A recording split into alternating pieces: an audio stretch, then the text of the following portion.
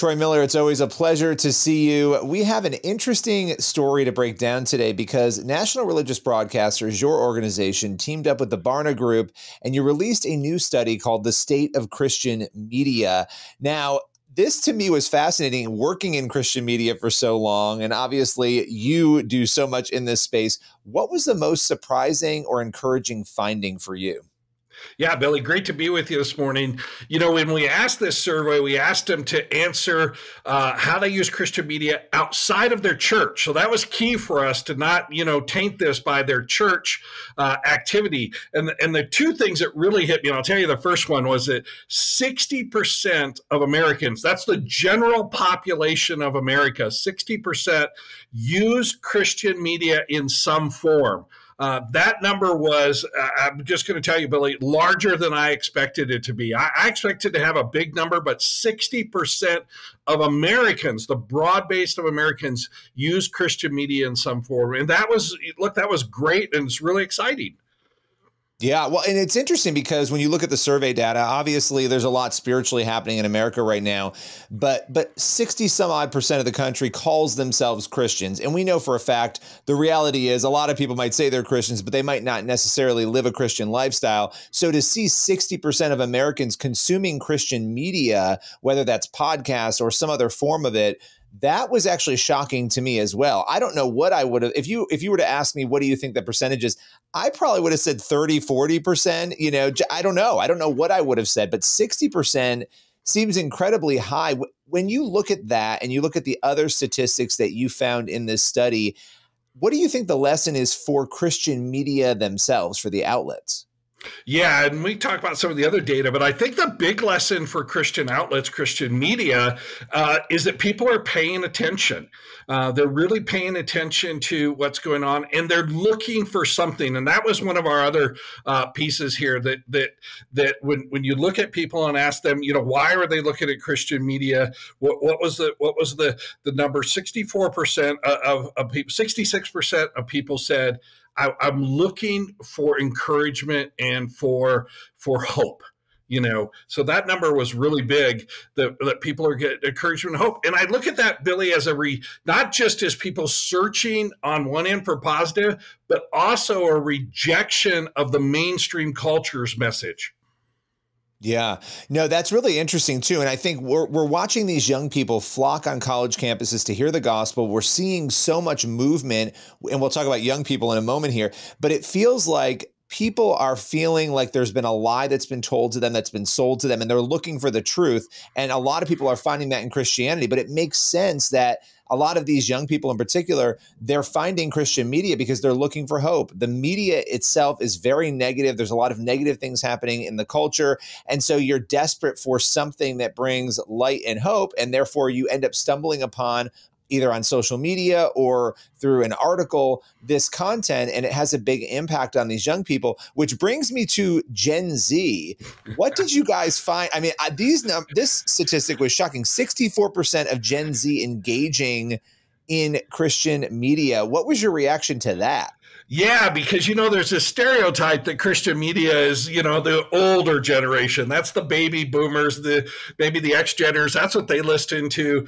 But Gen Z is tuning in larger than any other demographic, 64% of them. Now, they're primarily consuming digital media out there. But look, right behind them, we're millennials at 58%. So two of the youngest consumers of Christian media are two of the youngest demographics in America. That's amazing. And again, I think it really shows that group is looking for something. And that kind of flips to the number one reason that 60% of people, 66% of people said that they found Christian media valuable and trustworthy. And I think those two go together with the Gen Z and the millennial numbers, because I think they look at the mainstream media and they've looked at all the stuff that's been fed to them, and they're saying, yeah, this just doesn't resonate. And they're looking and they're trusting Christian media. They're not just tuning in, they're trusting it.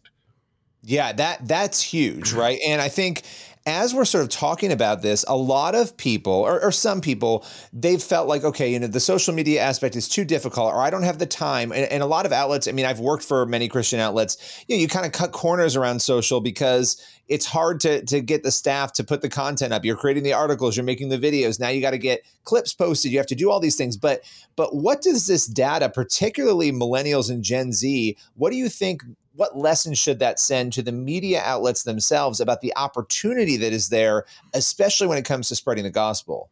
Right. That's the big piece, is the opportunity that's there.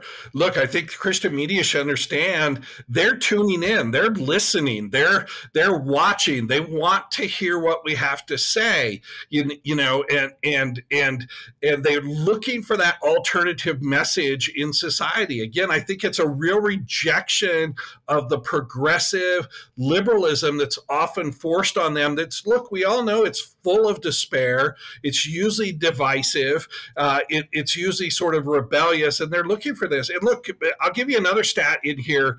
Not only do people tune in because they feel it's trustworthy, they're looking for encouragement, but they're active in what they're doing, Billy, that they're tuning in. The second most popular reason, second most highest reason why they tune in is because they want to know how to love God and people better. And they want to know more about how to live their Christian faith out and more about the Bible. And that number was right behind hope and encouragement. So they're not just like, okay, give me an alternative to mainstream media. They want something that's going to change and impact their lives. They want to see that. They don't want to just hear about hope and encouragement. They want something that's going to help them live that out.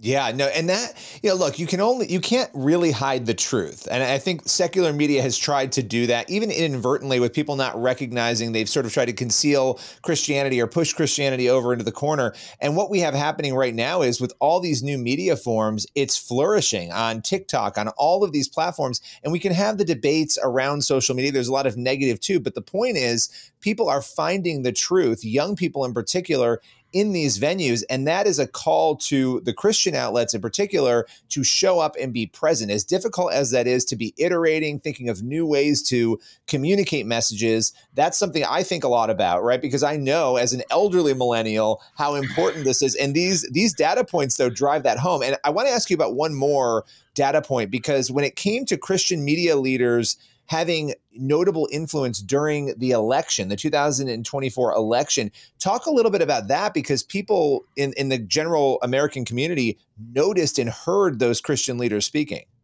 Yeah, and I think, again, this is a number that bodes well to the fact that people are tuning in, not just to feel good, but they're tuning in to get real information. 75% of voters who use Christian media say that Christian media influenced who they decided to vote for. 75%. Wow. Of the people who use Christian media said it influenced them.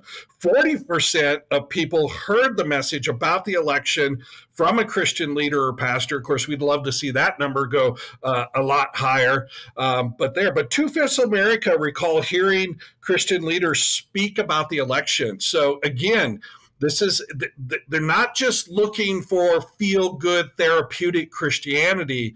They're looking for Christianity that helps them live out their life and live out the worldview that they believe in. I love that. Now, okay, as we're coming to a close here, one of my favorite organizations is National Religious Broadcasters. You know this. We've done a lot of work together over the years, and I love what you do. For those who are not familiar with NRB, talk a little bit about the mission so people understand and where people can go to learn more about you.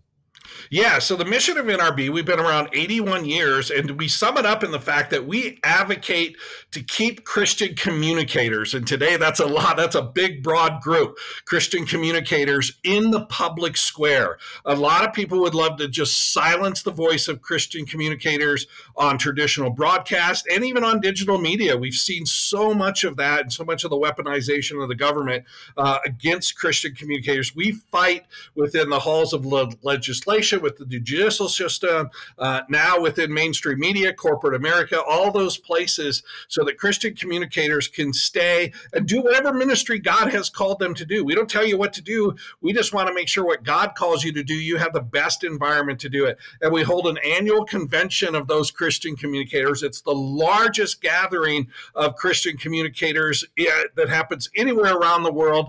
And next year it'll be in Nashville, Tennessee in February. And you can find out about all of that on nrb.org. You can track all the things that we're working on, all the different pieces we have going. And you can also click and find out how you can come to that convention.